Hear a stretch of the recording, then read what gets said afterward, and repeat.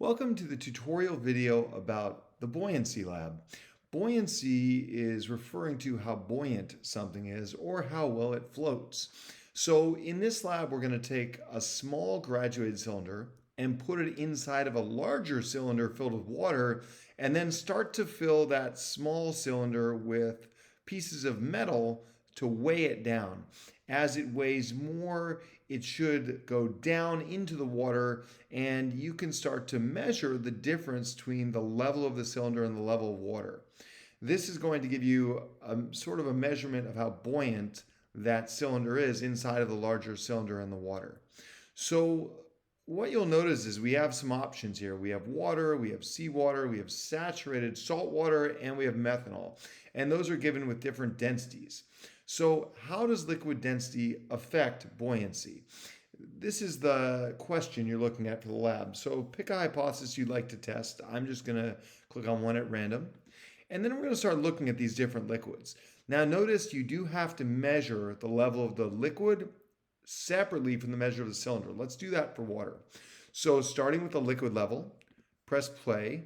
Notice we've got this time-lapse video, and then now we can see the images for measuring. We're going to carefully click on this liquid level and see the water right there in the large cylinder. Okay, and notice how as metal shot goes into the small cylinder, the water raises up. Okay, and let's just take a look at that. Being careful to measure. If you kind of make some mistakes, you can press this reset button and start over again. But at a certain point, you might want to save that line. There we got water, liquid level. Now let's just try water cylinder level, and I just want to show you one example so you can compare them. Now the cylinder level is this bottom here. It looks like it's round, so from the side it's kind of hard to see exactly what you want to click on, but just do your best to click on the bottom of the cylinder. And again, this should be fairly straightforward to see that cylinder bottom. If you do have any issues, you can reset and try again. And at a certain point, you're going to save that. Okay, and now let's just look at those together. Okay, so to find the relative buoyancy, you're looking at the difference between these points.